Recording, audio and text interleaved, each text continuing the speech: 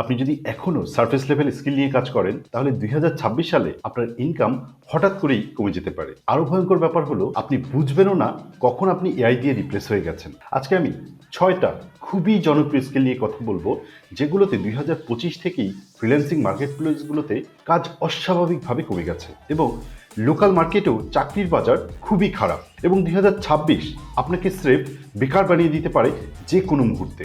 সুতরাং এই ভিডিওটা আপনার জন্য একটা ওয়েক আপ কল। সেই স্কিলগুলো কি? Graphic designing, digital marketing, SEO নাকি কোডিং?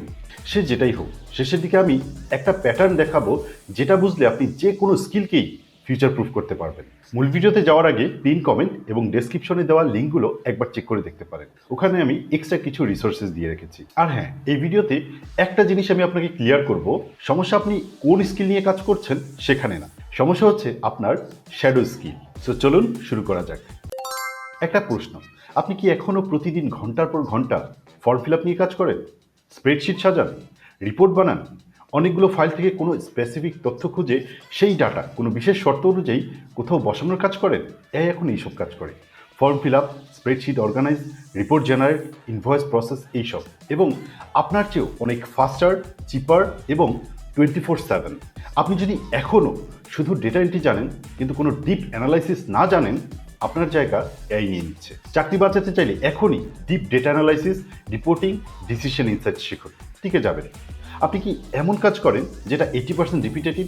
কমেন্টে লিখেন ইয়েস অথবা নো। থামেন। আপনি যদি শুধু কপি পেস্ট করা ফটোশপ গ্রাফিক ডিজাইনিং জানেন অথবা Canva template drag and drop করে ডিজাইনার হয়ে থাকেন, তাহলে এআই আপনার জন্য অলরেডি অপেক্ষা করছে। এআই এখন ইউটিউব থাম্বনেল বানাতে পারছে, সোশ্যাল মিডিয়া পোস্টার তৈরি করতে পারছে, লোগো ডিজাইন করতে পারছে ইনস্ট্যান্ট। কিন্তু এখানে একটা টুইস্ট আছে। যারা সার্ভাইভ করবে তারা হলো যারা বোঝে branding, strategy, visual story telling, audience psychology, কখন, কার জন্য, কেমন ডিজাইন করতে হবে, কোন ডিজাইন কেন কাজ করে, সেই অনুযায়ী প্রথমে আইডিয়া, তারপর সেই আইডিয়াকে ভিজুয়ালি রূপ দিতে পারে। আপনি যদি এমন ডিজাইনার হন যে শুধু টেমপ্লেট ডাউনলোড করে হালকা ড্র্যাগ অ্যান্ড ড্রপ করে ডিজাইন করেন অথবা অনলাইনে ডিজাইন সার্চ করে সেই ডিজাইনকে কপি করে ডিজাইন করেন, আপনার দিন শেষ। কারণ ডিজাইন সুন্দর হলেই হয় না, ডিজাইনকে বলতে হয়। আপনাকে ফোকাস করতে হবে brand thinking, creative direction, story টেলিংয়ে। এখন যেটা বলবে এটা অনেকেরই গায়ে লাগবে। 2026-এ জেনারিক কন্টেন্ট রাইটার মানে এআই এর ফ্রি ভার্সন। এআই এখন blog post, product description, script, SEO article সব লিখতে পারে।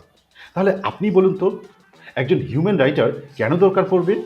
আপনি শিখে যাবেন যদি আপনি deep research, unique opinion, real insight, story telling আর নিজের ভয়েস দিয়ে লিখতে পারেন। হিসাব বুঝেন, যে লেখা এআই লিখতে পারে সেই লেখা এআই লিখবে। আপনাকে ইভলভ করতে হবে পার্সোনাল ব্র্যান্ডিং, রিসার্চ, অপিনিয়ন, ন্যারেটিভে। আপনি কি লেখালেখি করেন? আপনার সবচেয়ে বড় সমস্যা কি? আইডিয়া, রিসার্চ নাকি কনসিস্টেন্সি? কমেন্টে লিখেন। আপনার কাছে কাস্টমার সাপোর্টে গিয়ে গদবাঁধা কিছু মুখস্থ কথা বলে উত্তর দেওয়া, যেমন product specification, refund status, order tracking, basic trouble shooting, AI chatbot এগুলো খুব ভালোভাবে হ্যান্ডেল করতে পারছে। FAQ, refund process, order tracking, basic trouble shooting ইত্যাদির জন্য এখন আর মানুষ দরকার হবে না। তাই কাস্টমার কেয়ার বেসিক চাকরি এখন প্রায় বিলুপ্তির পথে। লেভেল 1 সাপোর্ট কমবে, কিন্তু যারা সার্ভাইভ করবে তারা হ্যান্ডেল করবে complex problems, emotional intelligence, customer retention strategy, relationship building ইত্যাদি। ইভলভ করতে হবে এমপ্যাথি, কনফ্লিক্ট হ্যান্ডেলিং, স্ট্র্যাটেজি সাপোর্টে। এই এখন কোড লিখে দেয়, ডিবাগ করে দেয়, অ্যাপ জেনারেট করে দেয়, তাহলে ডেভেলপারের দিন কি শেষ? না, কিন্তু কপি পেস্ট ডেভেলপারের দিন শেষ। এআই কোডিং অ্যাসিস্ট্যান্ট ফাংশন লিখতে পারে, এরর ফিক্স করতে পারে, বেসিক অ্যাপ বানাতে পারে, রিফ্যাক্টর করতে পারে। যারা শুধু স্টেক ওভারফ্লো স্টাইল কোড বসায় তাদের জায়গা ছাঁটাই হবে, কিন্তু তারাই ডমিনেট করবে যারা system design, architecture thinking, complex problem solving, product sense করতে পারে। আগে জুনিয়র ডেভেলপার বলে আমি কোড লিখি, আর এখন স্মার্ট ডেভ বলে আমি সিস্টেম বানাই, রিস্ক কমাই, স্কেল হ্যান্ডেল করি। এই পার্থক্যই আপনাকে টিকিয়ে রাখবে। আপনাকে ইভলভ করতে হবে system thinking, architecture, real problem solving. এখন আসি এসইওতে, কারণ এখানেই মানুষ সবচেয়ে বেশি ভুল বোঝে। অনেকেই মনে করে এসইও মানে কেডি দেখে কিওয়ার্ড রিসার্চ, কন্টেন্টের ভেতর এতবার কিওয়ার্ড বসানো, এআই দিয়ে 500 থেকে 1000 শব্দের কন্টেন্ট লেখা, তারপর র্যাঙ্ক হবে। কিন্তু 2026-এ এই টাইপ এসইওর কথা ভুলে যান। প্রথমত এসিও এক্সপার্টরা এখন শুধু এসিও নিয়েই কাজ করে না। যদি আপনি এটাই করেন তাহলে ভুল করবেন। আপনাকে ওল্ড স্কুল এসিও ভুলে এখনকার এসিও ট্যাকটিক শিখতে হবে।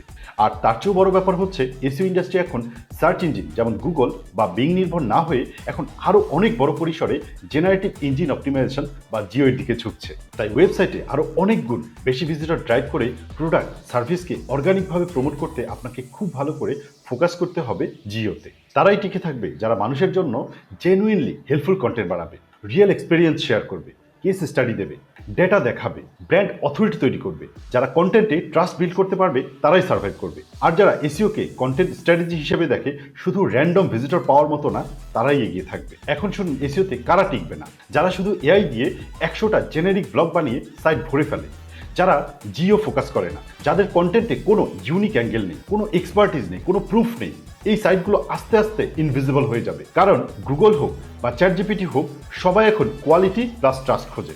জিও নিয়ে আমি বিস্তারিত কিছু ভিডিও বানানোর প্ল্যান করছি, আপনি যদি চান কমেন্টে জিও লিখুন।